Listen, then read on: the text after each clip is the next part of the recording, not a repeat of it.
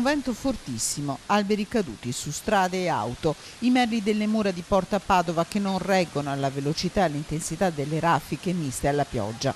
Venerdì pomeriggio tragico di inizio agosto per la città di Montagnana. Sono le 16 quando si abbatte un temporale che arriverà a interessare anche i comuni vicini come Casale di Scodosia. Un'ora di paura e angoscia con la città che fa i conti con un vento che arriverà a soffiare anche a 150 km all'ora. Alcune auto vengono schiacciate da alberi che cadono, molti rami finiscono sui cavi della linea elettrica. Il danno più evidente è quello alle mura della città, soprattutto nella zona di Porta Padova.